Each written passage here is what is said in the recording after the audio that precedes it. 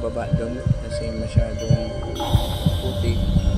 Maghanap po tayo ng pandaanan.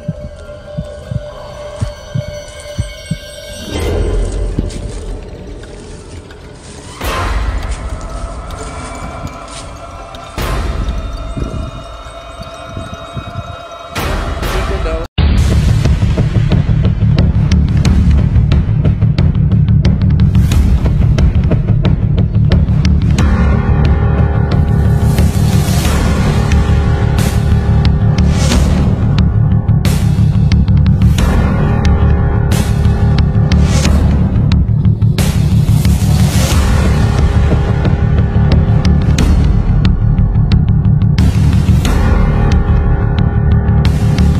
What's up mga idol? Nandito na naman tayo po ngayon sa sa lugar dito sa Mawab, kung saan nandito po tayo sa tulay mga idol, kung saan sinasabi po ng mga residente dito mga idol na may nagpapakita po daw dito na white lady dito sa lugar na to.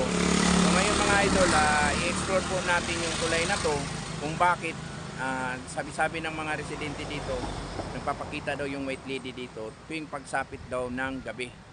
So ngayon mga idol, mag-explore po tayo ng umaga, mag-day exploration po tayo dito sa tulay na to. So napakalaki po ng tulay na to. So ngayon, mag-explore po tayo dito, mula dito sa ibabaw, papunta po tayo sa ilalim, maglalakad po tayo doon. Titignan natin kung ano yung makikita natin doon sa ilalim mga idol. So ayan lang mga idol, samahan nyo ako ngayon sa ating exploration. So ayan mga idol, nandito na po tayo. So dito po tayo dadaan sa lugar na to. Ayan, may puno po dito, napakalaki po ng puno. Ayan, may puno pala dito na hindi natin tinanggal. Ayan, so pupunta po tayo ngayon sa ilalim. Titignan natin mga idol kung bakit sinasabi ng mga residente dito na may nakikita daw sila dito na white lady na tumatawid.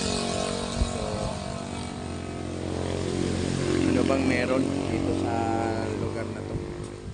Dito tayo dadaan mga idol.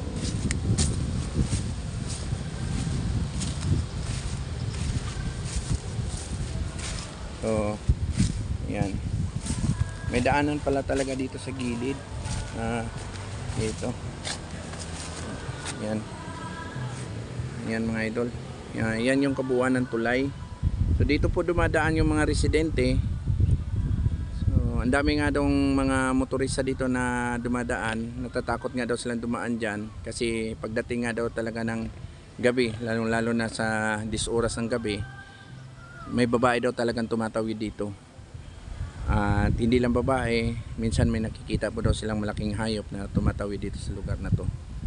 So ano kaya ang misteryo na nandito ngayon sa tulay na to? Bakit ganon na may nagpaparamdam dito sa lugar ito? So bababa po tayo ngayon mga idol. Yan. Ay. Ayan. So may daanan din doon pala mga idol. So ngayon pupunta po tayo doon. Titingnan natin. So ayan. Mamayang gabi mga idol, babalik po tayo dito. Tignan natin tong lugar na to kung ganun pa rin tong, kung talagang kakaiba, kung may talagang magpaparamdam sa atin. At ngayon i-explore natin, tingnan natin kung talagang may magpaparamdam.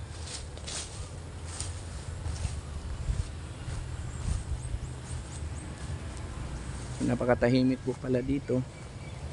Ayan.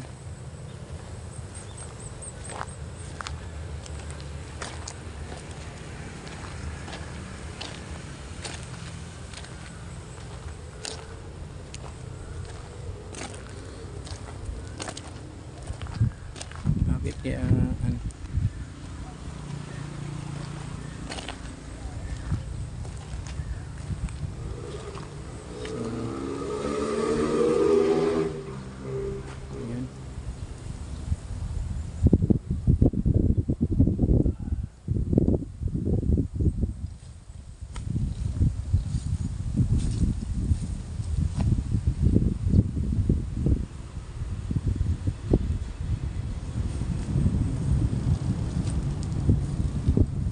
ito pala yung ilalim niya mga idol. Ayan, ito yung ilalim ng tulay. Kakaiba nga yung presensya na nandito. Para kang ano, para kang sinasakal o ano, parang ang hirap maghinga.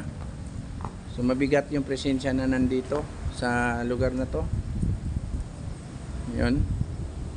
So ayan po mga idol, kita nyo po yung paligid. Wala nga pong kataw-tao nga dito sa lugar na to. Puro kakahuyan, mga puno, halos lahat makikita natin. Ayun, bundok. So pupunta po tayo sa may sapa ngayon, kung saan sinasabi nila na may nakikita sila dito na tumatawid yung babae, tapos dumidiretso dito sa may sapa. So ang bigat nga ng pakiramdam, para akong ano, parang naano yung lahat ng mga balahibo ko.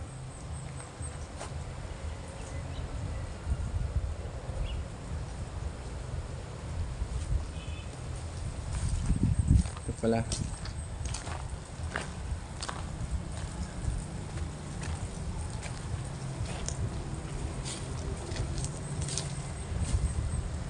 So hindi tayo makababa doon kasi masyadong maputik. Maghahanap po tayo ng ibang daanan na makababa po tayo.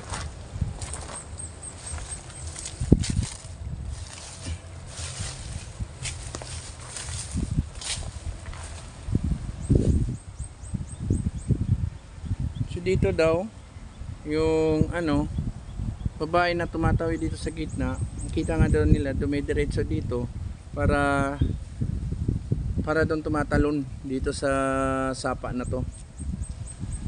Bababa tayo ngayon, titignan natin kung saan yung sinasabi nila. Ay.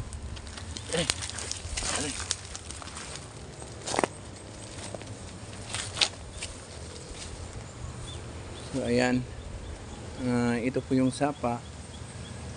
Ito daw ang sapa na to, sa sabi-sabi ng mga matanda dito, wala pa daw tong tulay na to noon. Marami na daw nagpaparamdam dito. At ang sabi-sabi pa nga nila, may barko daw dumadaan dito na kulay ginto. Kaya lang, lagi daw tong may namamatay daw talaga dito sa sapa na to. Kaya ang sabi nila, ano daw to, yung iho. Yung iho daw to na ano, kasi nangunguha daw talaga to ng buhay ng tao. So kalimitan daw nito, talagang taon-taon may namamatay daw dito na bata.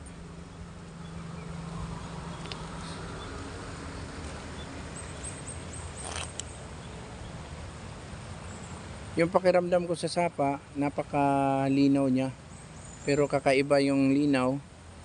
Parang kakaiba, parang may tinatago yung linaw ng tubig.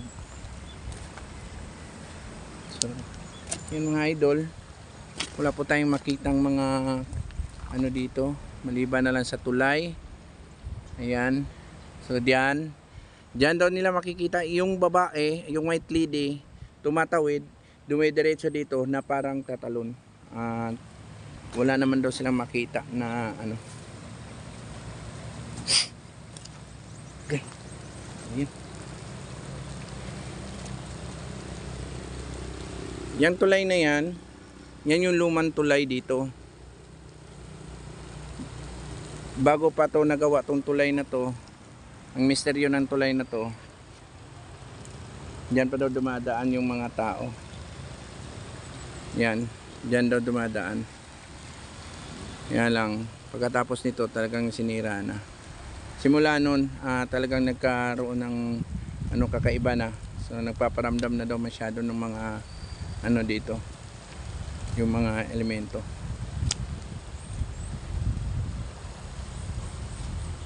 Kakaiba yung ano ng tubig.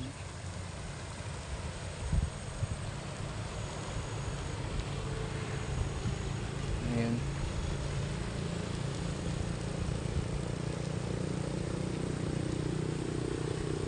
So ayan, may bahay pala dyan sa ibabaw, isa.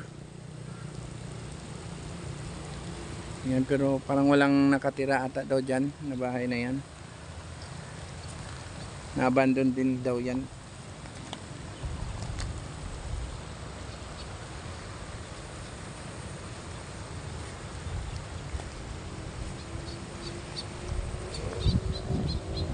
Napakalawak at napakalaki pala itong sapa na to.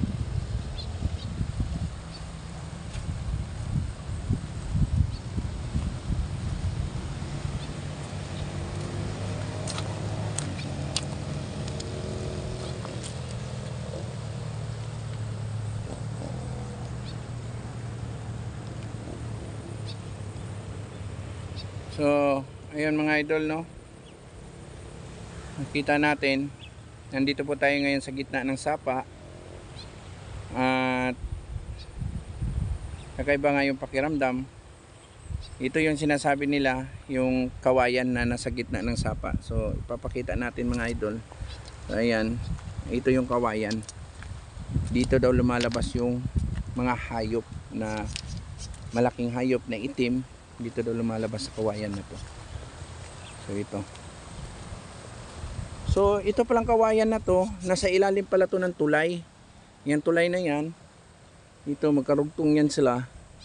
So ito pala yung sinasabi nilang kawayan. Ano talaga tong kawayan na pala to. Noon pa nandito na talaga to. Ayan.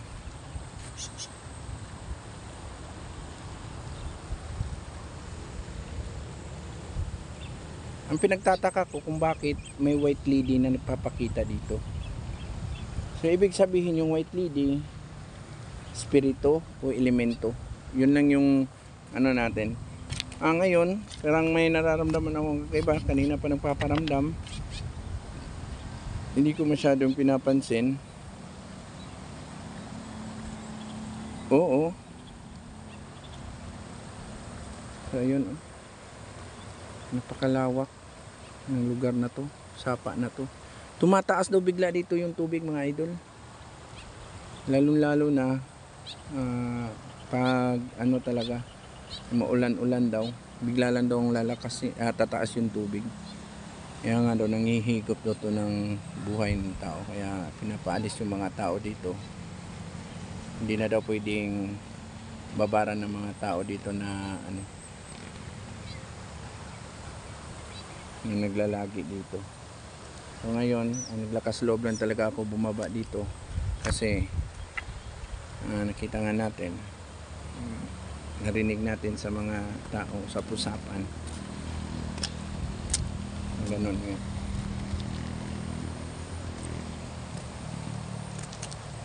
So titingin pa tayo dito sa may unahan, baka may mapansin pa po tayo.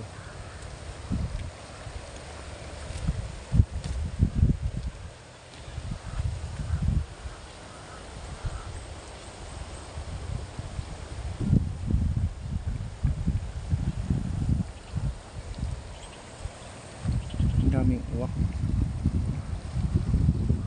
ang daming kaw. Ito yung sinasabi nila na dito daw talaga nakikita yung mga hayop na nag-aanyong hayop, nagiging asong malaki, baboy, dito daw lumalabas sa ano na yan.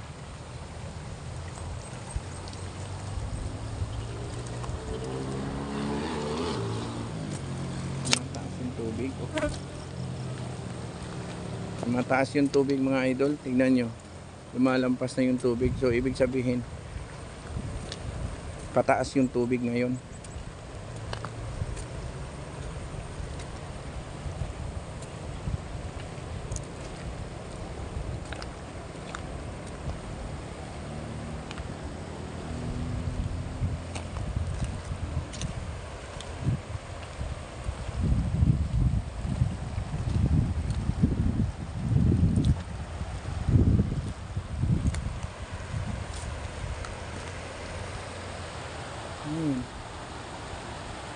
Parang may napapansin ako. Parang may nakamasid sa atin.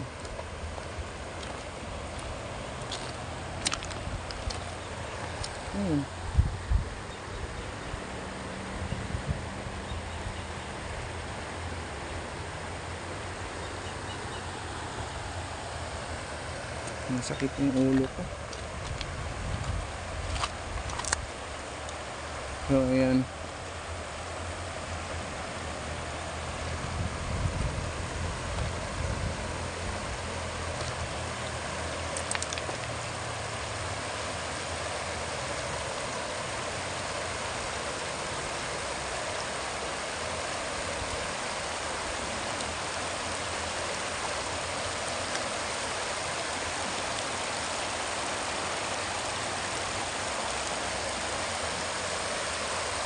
Mataas na yung tubig oh.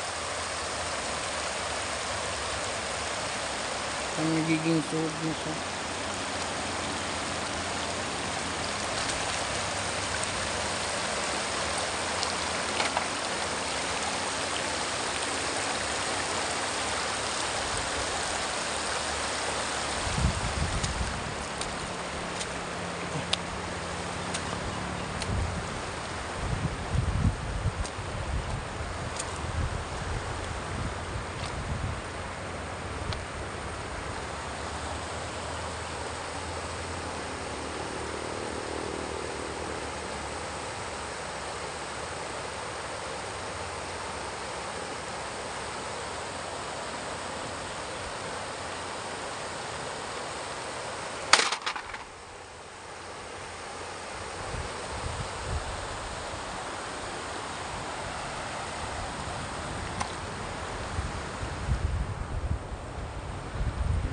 Pakiramdam ko.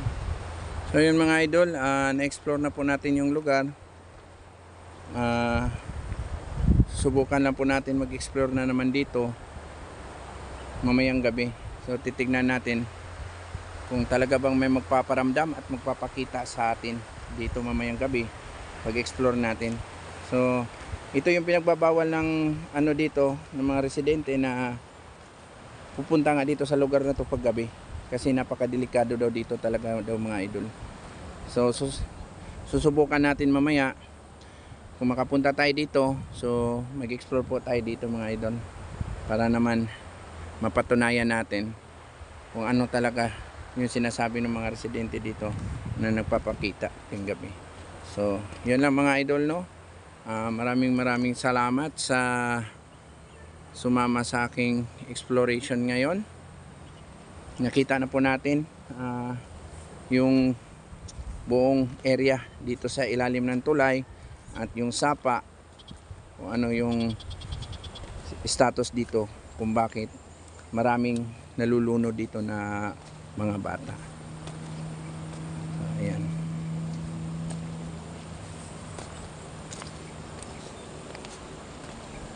So hanggang dito na lang yung vlog natin mga idol. Maraming salamat.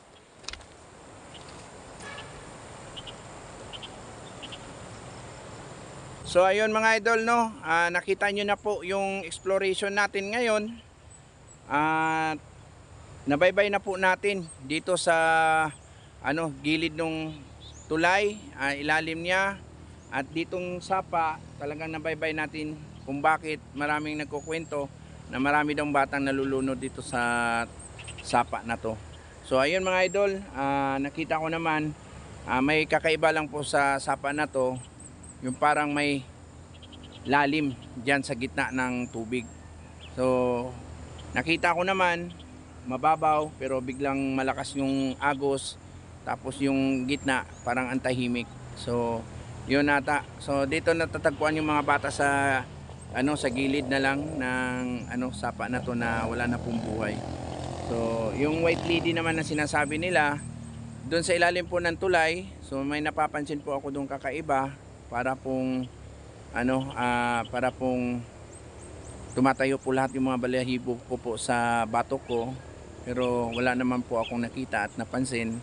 So susubukan ko po mag-explore dito ng gabi at sana samahan nyo pa rin ako sa aking exploration dito sa gabi mga idol para mapatunayan natin yung sabi-sabi ng mga residente dito na may nagpapakita talaga, at yun ay matutuklasan natin pagbabalik po tayo dito sa gabi. So yun lang mga idol, maraming salamat.